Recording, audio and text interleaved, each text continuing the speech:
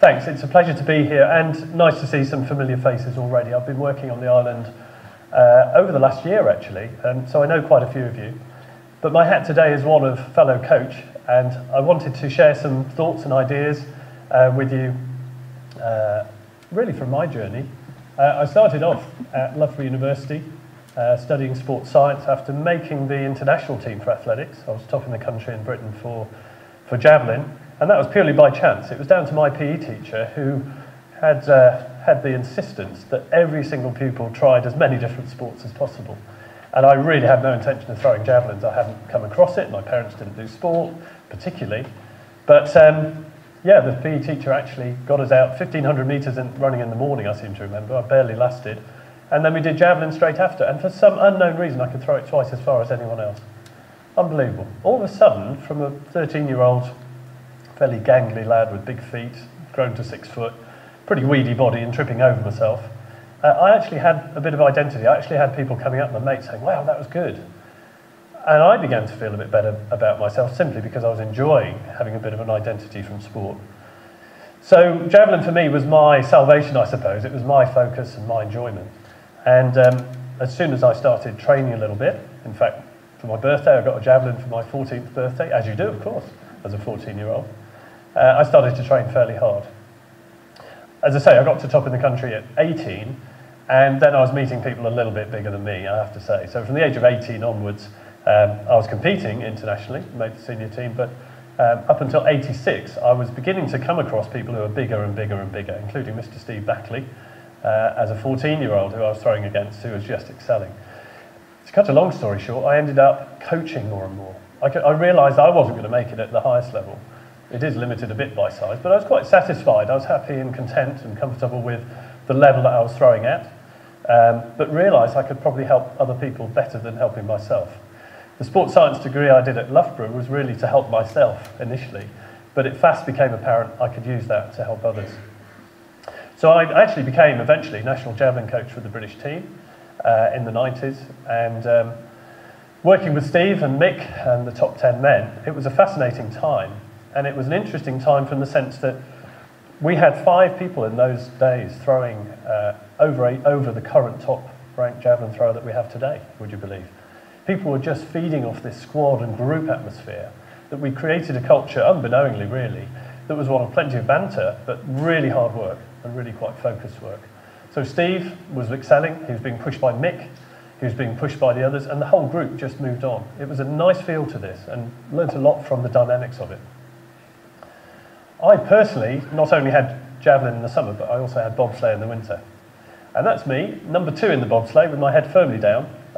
When you come to bend 7, no one told me this, the bottom runner is 7 feet up on a vertical wall. It's stuck by 5 times gravity. And when you come up to the wall, you have to be fairly settled with the head level. Otherwise, as you hit the wall with 5 times gravity, you did what I did, which was headbutt the driver rather hard with the force of gravity, with the helmet there. And then as you come out of it, you're straining, you headbutt the person behind. So I, on the second run, kept my head firmly down. I wasn't the most popular person. So I enjoyed both sports, summer and winter. I enjoyed the coaching eventually and worked in motor racing with a team that went on to win Le Mans, and I was doing the driver training. Fascinating for me. I know nothing about motor racing, or didn't, but it was a fast learning curve. My job was to really prepare the drivers for the force of gravity, for the concentration, for the oxygen carrying capacity they need to focus. After 7 seconds, the eyeballs start to fatigue. You've got vibration in the car, you've got temperature, you've got dehydration. So it was using the sports science knowledge in a different way for a different sport, analysing what the sport required, and then putting it into practice for that. When I was national javelin coach, I got a phone call from a young Tim Henman and his coach saying, we know you don't know tennis, but because you're a national javelin coach, we think you might be able to help us with the serve. You might be able to add value to what we're trying to do. And so they invited me up to Newcastle for 2 days to meet Tim, who was 154th in the world, I think, at the time. And my purpose was to really analyse and see how I could help, how I could add value. So we had a good 2 days, and I wrote my report about how I thought I could help. And they said, you know, that's really good. Could you go out to Spain for a week? I think I can do that. So I checked in the diary. Yeah, I could definitely fit that one in. Out I went to Spain, did a week, did a full report on how the physical preparation would help him. It wasn't his skill level, it was more the fitness and fatigue. He was starting to win matches and have less recovery time. So going out first, second round, you've got plenty of recovery time, but he was starting to get rather good. And so he was starting to fatigue a little bit more than they wanted. First serve percentage was dropping a little. So my job really was to help with the upper body strength, the coordination and so on. And they said, this is good, can you go out to New York for 2 weeks? I said, yep, definitely. Went out to US Open, did the 2 weeks, by which time they said, can you do it for the top 10 men? Greg Rosetsu to come in as well. And I experienced exactly what we had with Steve Backley, Mick Hill, and the others in the javelin squad. We had 2 people now starting to push, and others were starting to follow. So the group started to push each other. And the culture was very similar. It's highly competitive, but at the same time, it was very supportive. So knocking each other wasn't tolerated, hard work was, and individual programs emerged because you've got very different body types, very different athletes. So there was something around this culture that I'd seen and experienced as an athlete and then helped form. I'd worked 5 years with Tim and worked quite a lot abroad as well as in the UK. Got to know each other very well, and he rose through the rankings through his hard work and so on. And a joy to work with, a real professional athlete. I'd seen it in Backley, I'd seen it in Henman, and I was beginning to feel I could identify that special something in people, the mindset in people, the potential to have the mindset to be a champion, and in some sports, the physical attributes. Sometimes it's limited by the physical size you are, but many sports it isn't. And for youngsters, I would say it definitely isn't. The enjoyment you get is not limited so much by it. I then helped to set up, there were 3 of us at the start, of the English Institute of Sport. And this was the vehicle by which we tried to rectify the single gold medal that we got in 1996 Olympics. John Major was in charge at the time, and he said, well, this is awful. We've just been beaten by every other country. We've got 1 gold medal, Steve Redgrave, and we need to do better. And so we absolutely copied the Australian system in Britain, in England, setting up the English Institute of Sport, the home country institutes. And so my job was to set up in the East, and then the South East, and then in London, a system that had people that could create the culture that we'd seen. This culture of sharing and a culture of bringing experts in that each could chip in. And so we were in a lovely position to have a blank sheet of paper. It was so blank that when I said, what's the budget? They said, we don't know. I said, what staff are we looking for? Don't know, that's up to you. It was absolutely blank. It was very much an unknown. And what you can't do is just get another country system and plonk it in. You have to tweak it. You learn the best bits, but then there's always tweaks for that area, the local mentality. So having set up the EIS, I then was asked to help on Olympic Park to set up the systems in legacy. Nothing to do with setting the design of the buildings for the games, but for afterwards.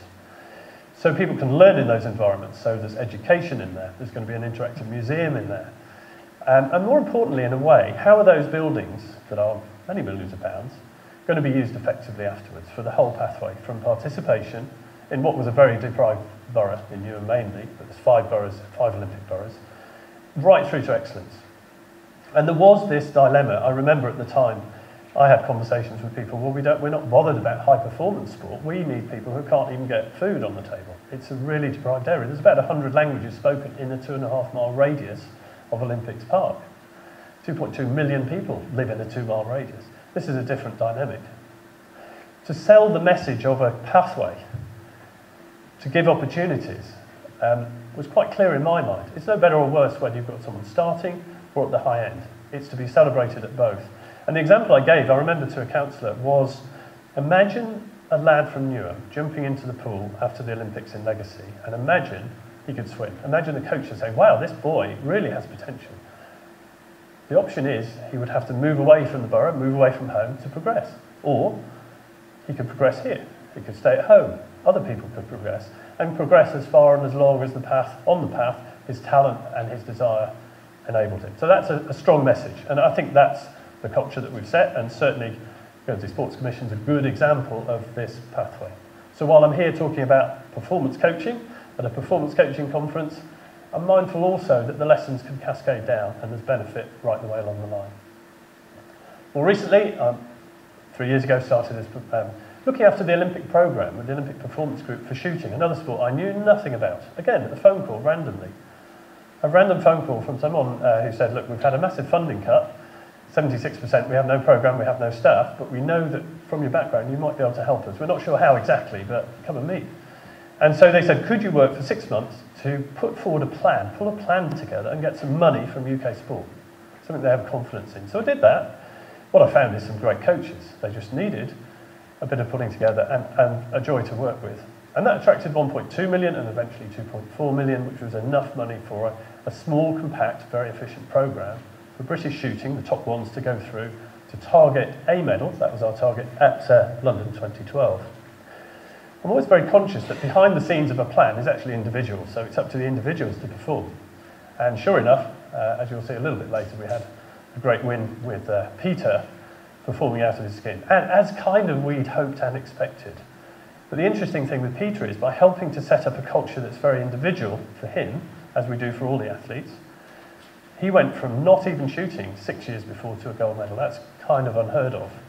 It normally takes a lot longer to get into an Olympic team and medal. It's not an easy sport to succeed in. Make no mistake, it's the third biggest participation sport at the Olympics. It's huge at the Commonwealth Games as well, of course. We have great success there. It's no easier to get a medal. I have 3 messages, and this is the first one. The first message is keep it simple. A lot of thought behind, a lot of analysis, a lot of planning, but from the athlete's perspective, from my perspective, the simpler the better. So here's an example of that. With sound, hopefully. Whether they're hitting on all cylinders. Let's head to the practice tee archives now. Here's a tip on what goes through the mind of a pro and how to look like you're in the zone, even when you might not be. I've been asked many times, JC, what are your swing thoughts as you're swinging? What are the secrets? What are the secrets of golf that pros know? Well, I heard this one time, and I remembered it. It's really, if you write this down, it really helped. What I try to do, I try to flat load my feet so I can snap load my power package. That way I can amplify both lag and drag pressure through impact fix. As long as my number 2 power accumulator doesn't break down, I can reach maximum centripetal force with minimum pivotal resistance. You see, the pivot is the utilization of multiple centers to produce a circular motion for generating centrifugal force on an adjusted plane, plus the maintenance and balance necessary to promote the 2-line delivery path. See, golf is geometrically oriented layer force. It involves a physical and muscular thrust and a geometry of the circle. You can divide the golf swing into 24 basic components, each having between 12 and 15 variations.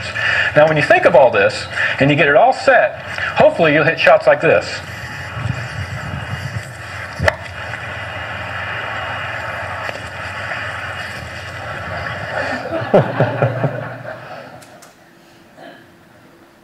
I love coaching young athletes. I really enjoy that because I feel I can push them harder than they think they know they can, but I have to work out the level of understanding. It's usually pretty much higher than I'd expected originally, but keeping the message simple point by point is definitely what I've experienced as being effective with me and effective with others.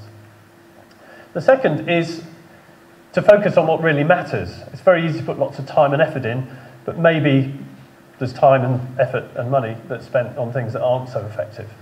When we put the program together for shooting, we had the second smallest amount of money of any of the Olympic sports. You can't waste money. You have to be resourceful.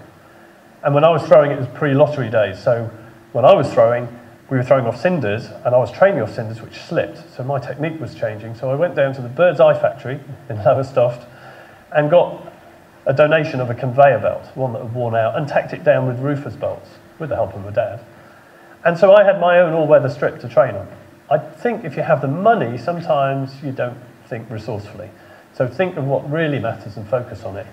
I had one of these pens. Do you remember these? Fisher Space Pens. Well, NASA paid Fisher an awful lot of money, hundreds of thousands of US dollars, to adapt a pen for use in space in the 70s. It was a high space race. There was a bit of the Cold War still going on. It was a real status thing. There was NASA up against the Russians. And the story goes, which I'm told is absolutely right, that they had these pens. They went on a sort of a goodwill mission, and they had all the press there to meet the cosmonauts. So this was a real political, high-level thing. And there's the cosmonauts with translators. There's the NASA astronauts in the 70s. And they gave them each a pen as a gift. And they said, we have these pens. I said, it's fantastic. It writes in zero gravity. It can write upside down, no problem. It can write in -degrees temperature you wouldn't believe. It can withstand heat. It's waterproof. I said, brilliant. And the Russians looked at it, these cosmonauts, and they said, very good. We use pencil. Kind of brings it home, doesn't it, to really focus on the things that really matter. This is an example of focusing on what really matters by using analysis. This is Prozone, and this is 2 Premiership football teams, and this is the analysis that happens even at half-time, let alone full-time.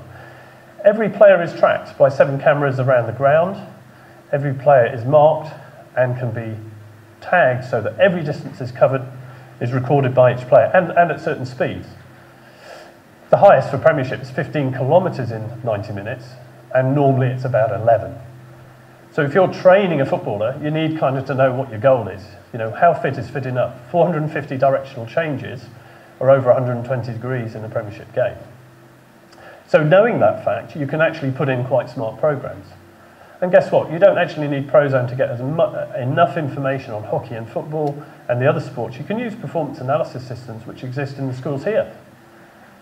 And it would be lovely to think there could be a link between clubs and coaches and schools that would raise the standards of attainment with the pupils who are trying to get better marks at A-levels, for instance, who have this equipment in schools, and coaches who could really value having some of that information, some high-speed film. Dartfish, split screen, compare the world's best with you. Where's the differences? It would be really valuable. It would be a lovely thought that perhaps we could get towards linking in with that. But maybe some of you coaches have some equipment that other coaches haven't, and there can be sharing going on.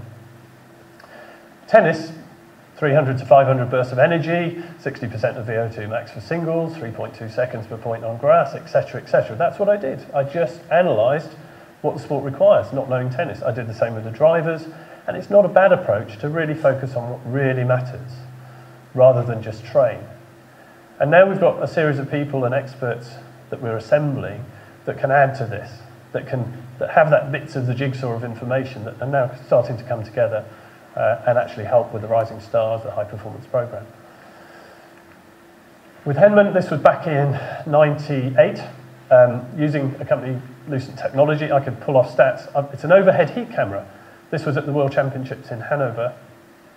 And already you can see differences on the pattern. So red is where Henman on the left, Carlos Moya on the right is most of the time, and then it fades into different colours as those players get their less. It self-corrects for change of ends.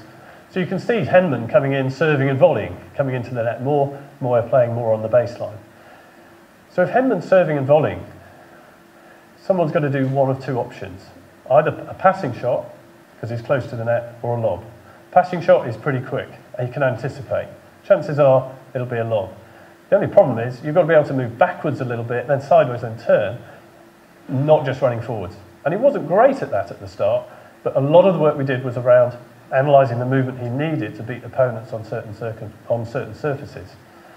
It just makes sense. It's smart use of resources, we focus the effort on the right things. So it wasn't just training, it was quite smartly done. The third message is, to quote Mo Farah after his 2nd gold medal, hard work and graft. No substitute for it. No sports scientist can help and get away with this bit, but it's focus, hard work and graft. I went out to Japan, presented, and went to their Japanese Institute of Sport, a massive multi-million-pound building. It's rather like a hospital corridor. You'd open a door, it could be a store cupboard. You'd open a door, and it could be an indoor 200-metre track. Open another door, there's a judo mat with 50 people already participating. This was down in the basement. I'll show you the clip. Maybe turn the sound down a little bit, if you don't mind, Jeremy, on this. It might be a bit noisy. So, high tech. The canoe is tethered to the arm, which measures rate, pitch and yaw, how much the boat's moving in 3 dimensions. Dartfish, which we have in schools here. So you've got a rear view and a side view. The computer will track how much increased movement there is with fatigue. There's the camera. The water speed's adjusted to the speed of water that they'd encounter on the run that they're going to compete in next. The sports scientist next door is tracking the rate of the increased movement with fatigue. Because if you know how much the boat is tipping, rate, pitch and yaw in 3D, you can improve their fitness and measure it again how effective the intervention is. How smart. The heart rate's recorded automatically. So the heart rate and workload and how fit they have to be is kind of measured. pretty high-tech stuff, but a good example of how sports scientists can link in the environment, not just sit in an office somewhere. This is someone I coach. He's a wheelchair athlete, Paralympian, shot putter. Broke his back at the age of 17 on a motorbike and had a choice to make, either glass half empty or glass half full. Is he going to give up or is he going to carry on? I'll just go back one. So Danny decided very quickly, after 6 months flat on his back, that he was going to aim for sport and enjoy the sport as he did previously. And I've looked at various qualities of winners. These aren't just mine, they're sort of amalgamation, but these are the qualities of the people I'm sure you're working with, or you're looking at the qualities. Do they exist? They're passionate about the sport, and if they're not, you've got to hook them as coaches. I love coaching youngsters. I love just hooking them. I love setting little challenges that you just look at them and they'll bite. And once I've got them, once I get the passion, then I can start working with them.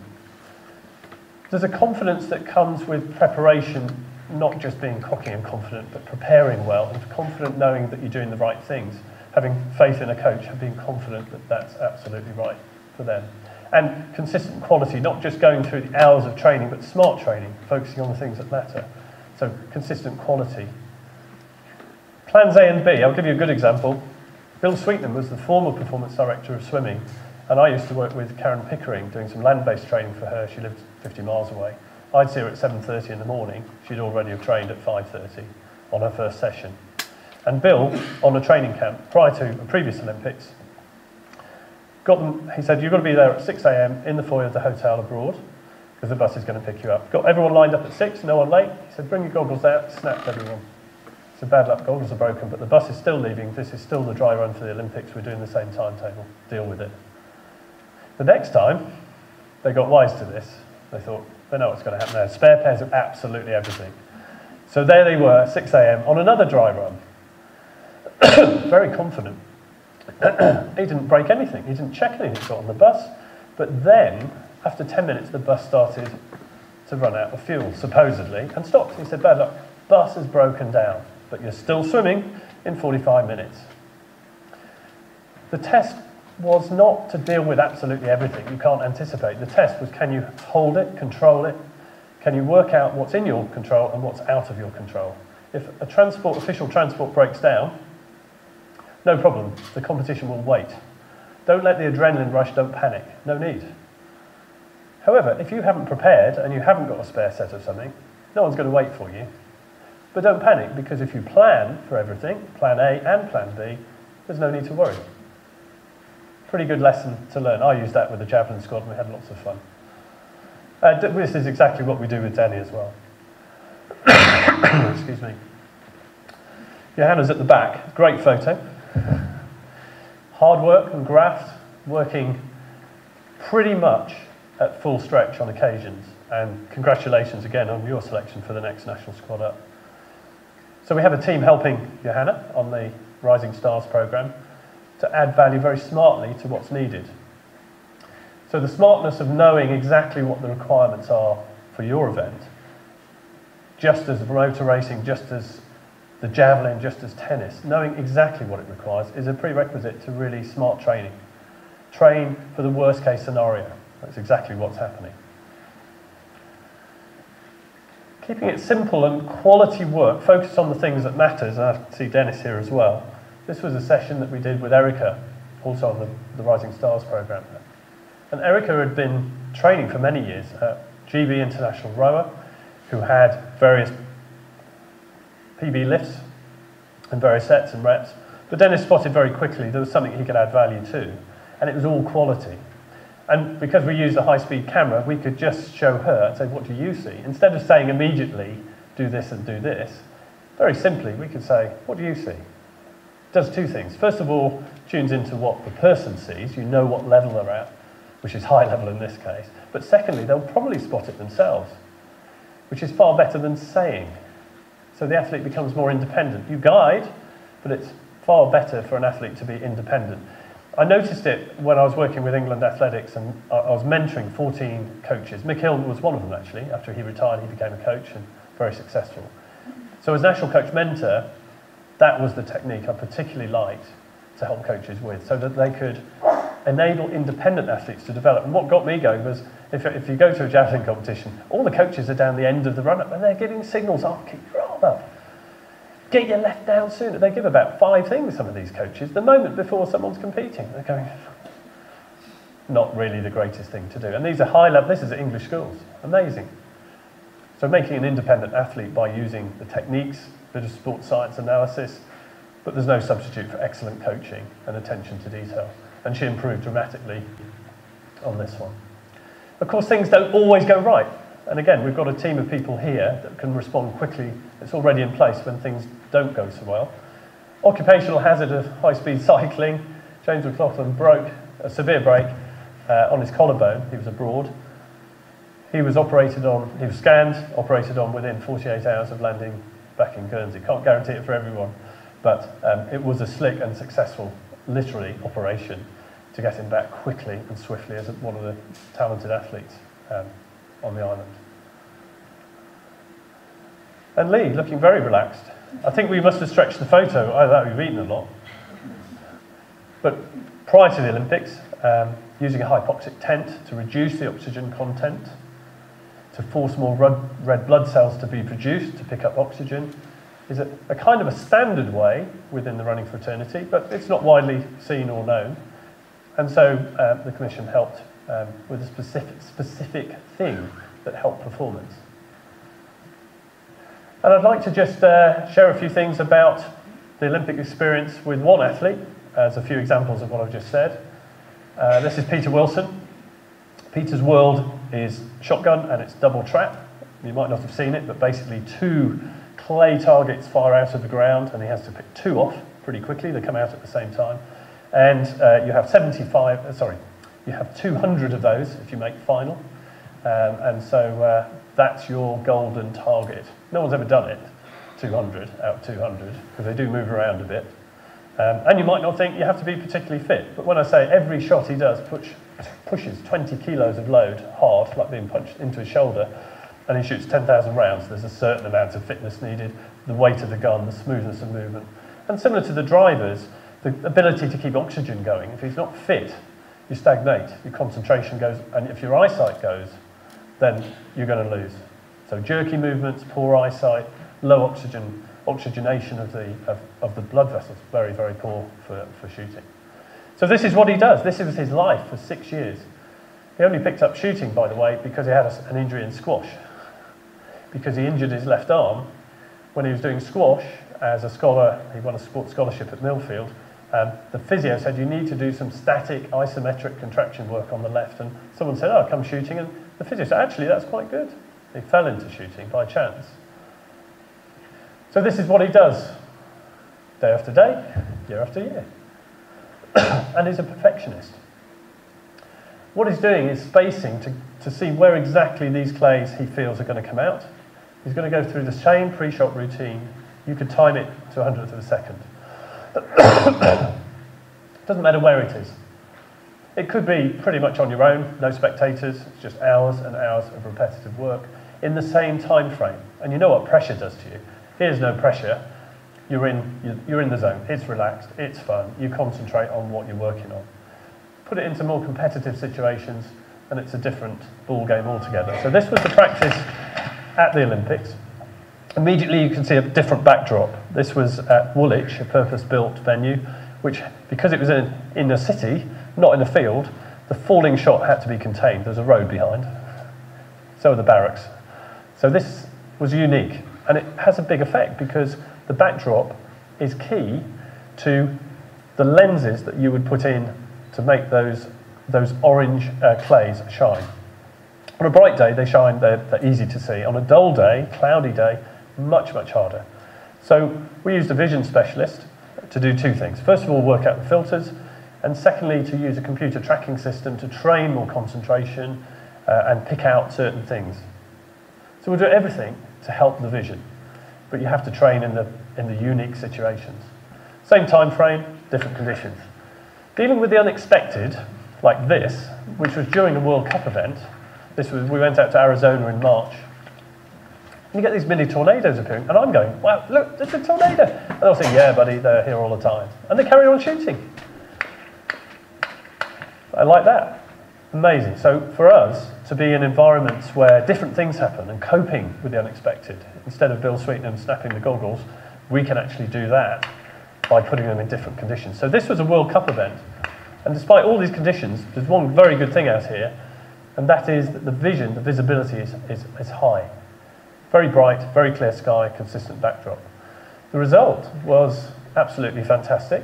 This is what he does. You can see it in super slow motion with a high-speed camera. We analyse gun movement, absorption of the impact, balance positions.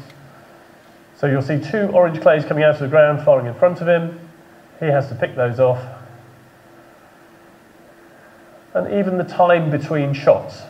You saw the black thing coming out, that's just plastic on the end, the shot you can't see, it's too quick. The result was a win. He won the World Cup. He went to number 1 in the world rankings, and he broke the world record. He got 198 out of 200. He broke it by 2, and the world record had stood for a while. So we knew we had someone who, we thought he was good, we knew he was building up to it. We thought he could do the business in London. But for a moment we thought, maybe he's just peaked too early. He's just done what we were hoping to do in London. But what a great way of celebrating a progress to there. But there's a different dynamic from being world number 1 and holding that position when you're the one everyone's aiming for, whereas before he was number 10, 12 and so on. So back to a bit of training. So I do strength and conditioning work, specific exercises for what he needs, and designed it because he'll tell me about what he needs. I'll analyse what he needs. I'll analyse the event. And it isn't the be-all and end-all. I have to say, shooting isn't one of the most physically demanding sports. Sports science intervention isn't huge. It's hard graft, and it's hard work, and it's focused on shooting. Shooting is the main thing. Good quality coaching, quality feedback, but the supplementary exercises help. So I'll put exercises in, some you'll recognise if you've got some of those, some are made up. They have no name because they're either mimicking a movement that he needs to improve on or they're balancing the muscles he doesn't normally use. Coming into the Olympics, we knew there'd be a lot of attention on British athletes, and so we decided, with the BOA, who did a magnificent job, to create a bubble.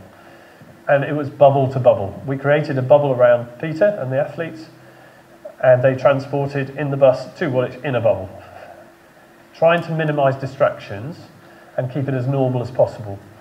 I don't know if that's lens envy, but the guy with the little end stood higher. I watched him. It was quite fascinating. But Peter had to deal with that. We did quite a bit of media training. Also hired 19 mobile phones, the most basic you could get. No emails, no Facebook, no tweets, just a phone, and you could text. The advice was, use those. They're all preset numbers of our team. Have one person on the outside world that deals with all other inquiries. Because you know you're going to have relatives coming to you, phoning you, saying, could you get me a ticket? And you didn't even know they're relatives. You're going to have friends who you never knew you had friends, wanting things from you, wanting to wish you good luck. So one person on the outside dealt with all of that. You will be in your own little bubble. That worked pretty well. Security was very good, but it was also very friendly. So I picked up a couple of the shooters from coming in from abroad. And my version of the story is slightly different to Elena's, but I'm convinced by this. I drove them, security, all the stuff out, sniffer dogs in. They don't worry about the gunpowder in our ammunition, they're after other stuff. So this little dog was there. As soon as they realised, the security guy with the bright jacket realised they're athletes, he was really excited. Oh, can I have your autograph? Can you sign the dog's collar? And then the other guy came up and said, you can't let them in with a dog? He said, you idiot, that's our dog. It's a sniffer dog. So you can have a bit of fun as well. The village itself, we knew, was going to be something to get used to. So we were first in the village on the very first day it opened. Get people used to it. Then they went out for a few days, break, back home, relax, and then back in to do the serious business. BOA did a good job. The rooms were prepared like this already, but there is an issue. Not many of the shooters share rooms. Some are married anyway, but all of a sudden you've got shared rooms. We knew that, so we used the test event to do 2 things, earplugs and nasal strips for the snorers. Because you've got to be finding ways of not having an interrupted night's sleep, unusually, isn't part of your normal routine. Finding a little zone in between rounds where no one else is in vision. Earplugs in, you might not even have any music, but no one's going to bother you. No one in vision that isn't in the team. We just created our own little area. Peter watched relentlessly, he stayed the whole time. He didn't go back home and had a break. He wanted to watch the weather conditions for every other shooter. It was partly supporting the team, but he wanted to watch how the cloud would change and which lenses he'd put in. So he'd practice putting his lenses in when other people were practicing, for instance. And that's Richard Foles, Olympic champion from 2000. My job, partly, was to pull the team together, but it was also dealing with distraction. So when visitors came, there were lots of them, royalty and all the rest, we'd take care of it. The same people were there in the environment only. Keep it as normal as possible. Why practice counts, we know from athletes, but this was interesting. This was the army and the people practicing for the medal ceremony, and they chose to put a Union flag up in the middle. This was during our practice, and I just thought I'd get a photo. So the army guys are up on the rostrum. Why'd you practice? That's why you practice. Because the guy on the right got a real ear bashing from his sergeant. He put the flag up the wrong way, the American flag. Second time he got it right, but it just shows everyone's got to practice. And they played the national anthem as part of that. I think that really affected everyone. It was like, wow, we want a bit of that. Peter won. We kept the bubble, kept him sane. We didn't tell him what it would be like if he won a gold medal. We thought if we did that, staying in the present becomes harder. If he was in a medal-winning position and he knew what his life was going to be like, there's a chance he might go, I could win this, and then he's going to miss. You'll hear in a minute, the last bit I'll just share with you is an interview straight after this. What we did, what BOA did, was as soon as he got into a position in the final, a car was dispatched, ready to take him back to the BBC, the Team GB headquarters for interviews. Everything was in place behind the scenes. He was looking in a medal-winning position. He was 1 up in the lead, then he went to 4 in the lead. And then he did something he hadn't done for a long time, never in competition that we'd seen him. He missed 2 birds. You can miss 1, but 2. He missed both. So the 4 lead in the final went down to 2. That's not big enough necessarily. And what he did was a defining moment. He looked at the scoreboard and we thought, maybe that's not such a good idea, and immediately went back to what he did every time in practice. He didn't think, I've lost, didn't think I've got to get the next 2, didn't think I can't miss. He just thought of the thing that made a difference to making sure he got the next 2. So he couldn't think of consequences, couldn't think ahead, stayed in the present. So he actually managed to maintain that lead, and after missing 2, and then looking at the scoreboard, realising he's only got a slender lead, he just slotted straight back in. For me, that was a sign of a real champion. That was the defining moment. And I'll share with you the interview, now that we had the car ready. He was whisked away within an hour. And I'd like you to focus on 2 things. The first thing is he describes in his own words effectively what we know as the zone. About just, it was a blur. Make no mistake, it was a blur because he was in the zone. You'll see that. And the second is, I think there's potential for a toothpaste advert. Have a look. Absolutely incredible. It was a dream come true. This has always been an aspiration to win an Olympic gold medal, and then to do it here in London. Well, not only is it fantastic for me, it's amazing for the sport, and I think I hope it will only encourage more people to go on and not only take the sport up but also win medals. We talk about the last few targets. Okay. No, it was great. I mean, I went into the final with a 3-target lead. About halfway through it, that whittled down to 1, and then it went back up to 4. And with the last 5 to go, I then dropped the complete pair. I had absolutely no idea why. I just did. I'm blaming that. I wanted to make it a little bit more exciting. Of course, that's the whole reason. That's why I'm here. Make life a bit more exciting. And then the last 4 pairs. Well, that was just a real blur, if I'm honest. I have no idea what I was doing. I was just doing what I've been doing for the last 6 years, day in, day out, and it just came through for me. So I'm just really, really pleased. It was mega. I mean, it was something very, very, very special. I don't think I've ever experienced anything like it before, and I may never experience anything like it again. I'm just very, very fortunate. I loved it. It was absolutely incredible. I'm going to have a few drinks. I'm going to enjoy myself. I'm going to sort of, as they say, let your hair down, and I'm going to get wasted. All that media training almost worked, didn't it? But his personality came through. So keep it simple, focus on the things that matter, hard work and graft. Have a great weekend. I'll look forward to seeing you over the next couple of days. Thanks.